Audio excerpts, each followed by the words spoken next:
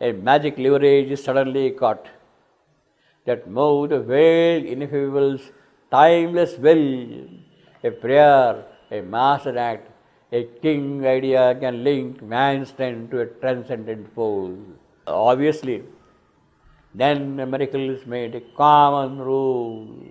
That is exactly what happened in the case of Savitri.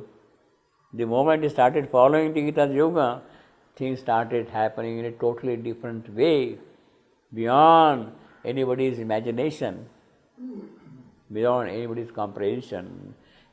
Then miracle, yes, they all look miracle to us, but they are now being worked out by somebody else. One mighty deed can change the course of things. One mighty deed can change the course of things. A lowly thought becomes omnipotent. What is that mighty deed? One mighty deed. The triple yoga linking transcendent force. That is one mighty deed. A lowly thought becomes omnipotent. All now seems nature's master machinery. So in contrast with that, what is all this? Nature's machinery, you see, nothing. You see. An endless servitude to material rule and long determination, a rigid chain, her firm and chainless habits, aping law, her firm nature's chainless habits and aping law. She keeps on copying, you see. Her empire of unconscious depth defy, annul the claim of man's free human will. That is what nature is doing all the while. We are not able to develop our own free will. Yeah. Can you repeat, what is the mighty What is the mighty deed? One mighty deed of catching that leverage. What is it? You said something. Can link man's strength. This is a mighty deed. Catching that leverage. That's the mighty deed.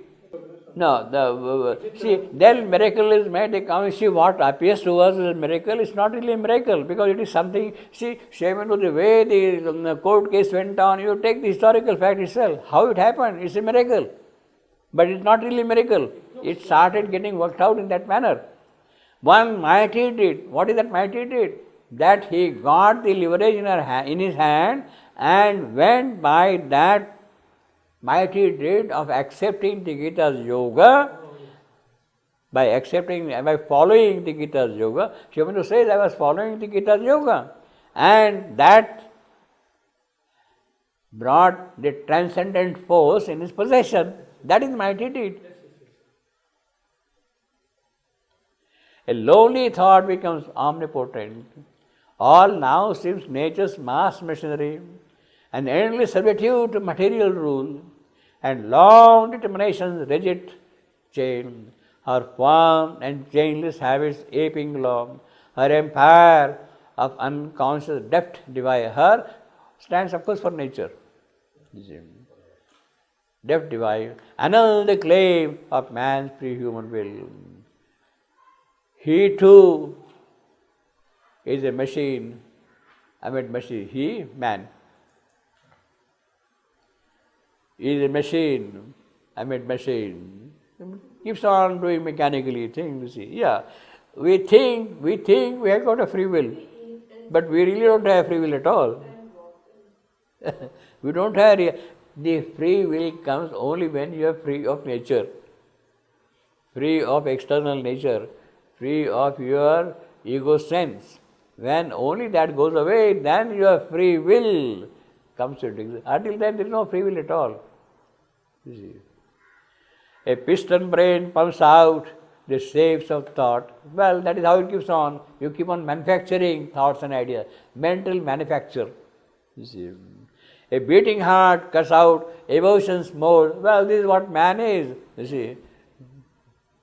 An insentient energy fabricates the soul. An insentient energy which has no sensitivity at all. Fabricates a soul. Now this soul is not the soul we normally think of. It's not that. English soul is a very difficult word, you see, soul. You see. This soul is the surface soul, the ego soul.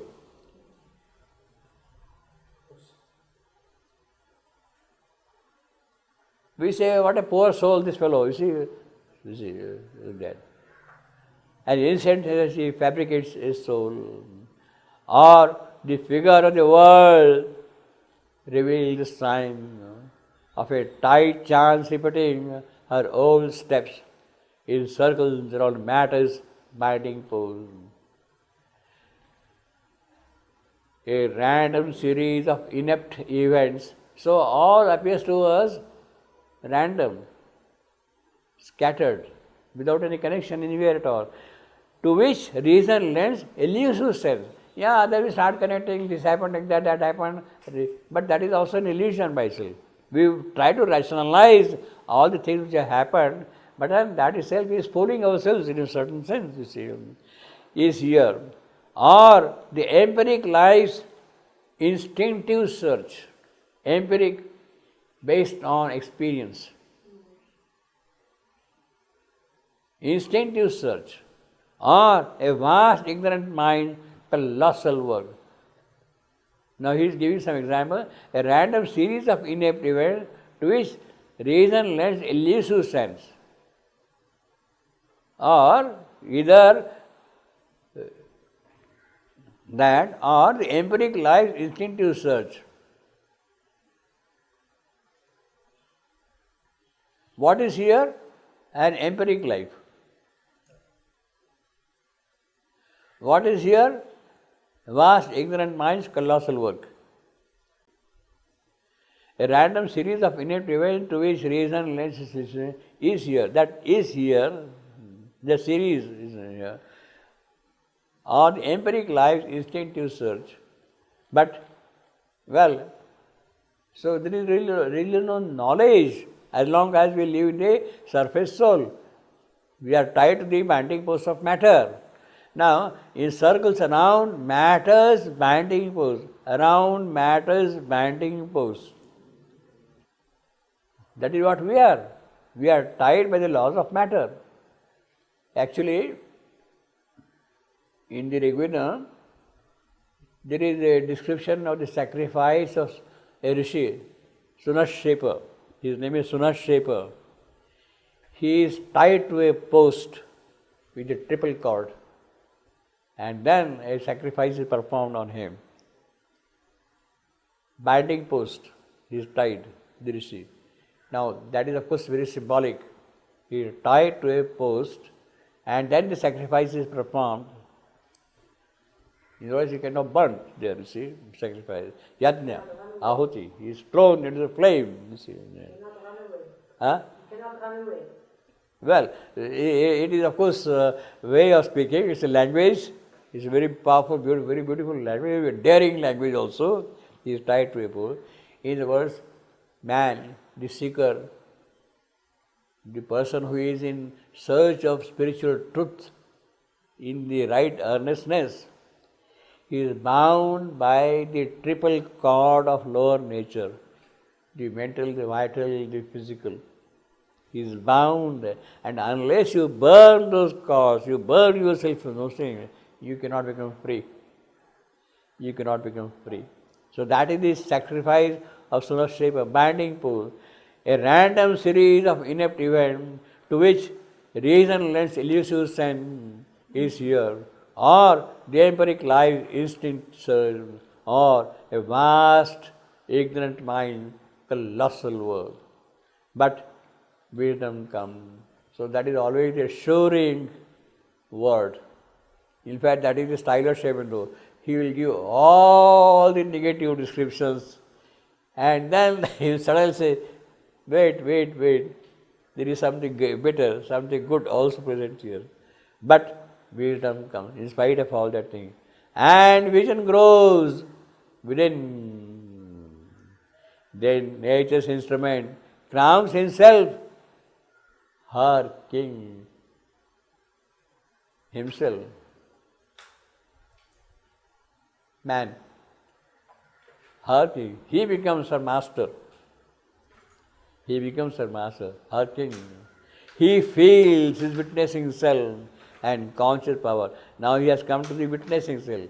Witnessing self, Sakshi Purusha. Sakshi Purusha.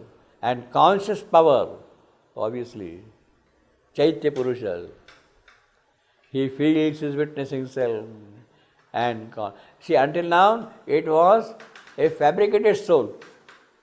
Until now it was a fabricated soul. But now it is a witness self, you see. His soul steps back and sees the light supreme. So all that passing show which is there, the soul stands away like a sakshi, like a witness man, standing back and seeing the whole thing again. And what is it? His soul steps back and sees the light supreme. Is behind all that, there is the supreme's light. A goddess stands behind a brute machine. That brute machine which he has described just now, behind all that machinery, the universal law which is there, behind that universal law, who is standing? The Godhead himself, the Supreme himself is there. He is not going to disown the responsibility of this law. He is there. Yes, I have done it for a purpose. I have done it for the purpose. This truth broken in a triumph of fire. This truth. What is this truth? This truth. What is this truth? That behind this universal machinery which is mechanical, there is the Godhead standing and doing things. There is the Godhead himself is standing behind all that. It is that truth which has broken in. Broken in what? In a triumph of fire. In a triumph of fire.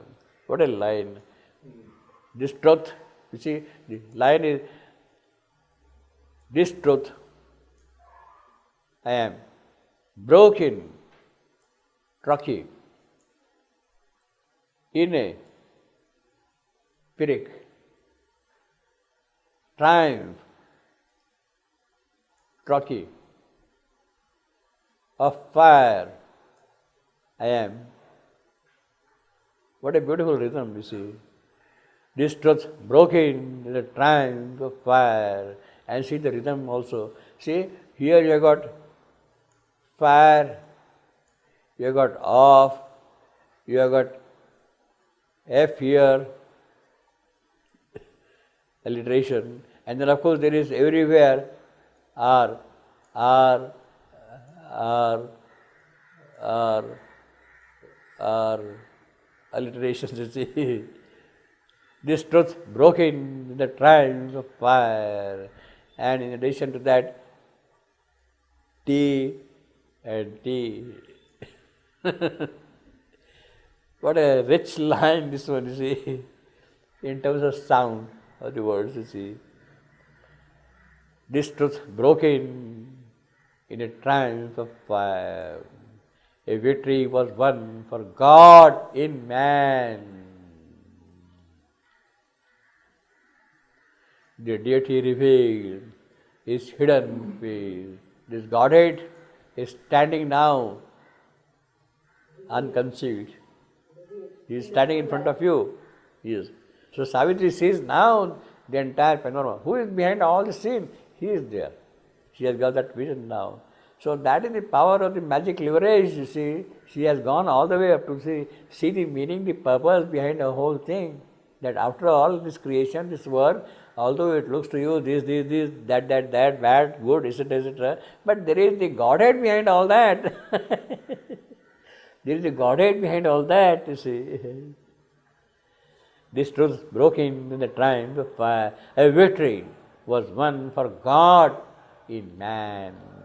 Now, lucky, it is a victory for God. Not for man. It's a victory for God, not for man. But one for man, that's a different thing. One in man, that is the important thing. In man, it has to be one in man. That is the greatness of Savitri's work. In other words, the aspect of Savitri's unfinished story is in the winning of this victory of God in man. In man. That is the aspect of her unfinished story in man, you see. The deity revealed his hidden face. Well, he has been concealing. God stands behind, he was standing behind, now he is coming out. You see, revealed his hidden face. Actually, okay, we'll see that.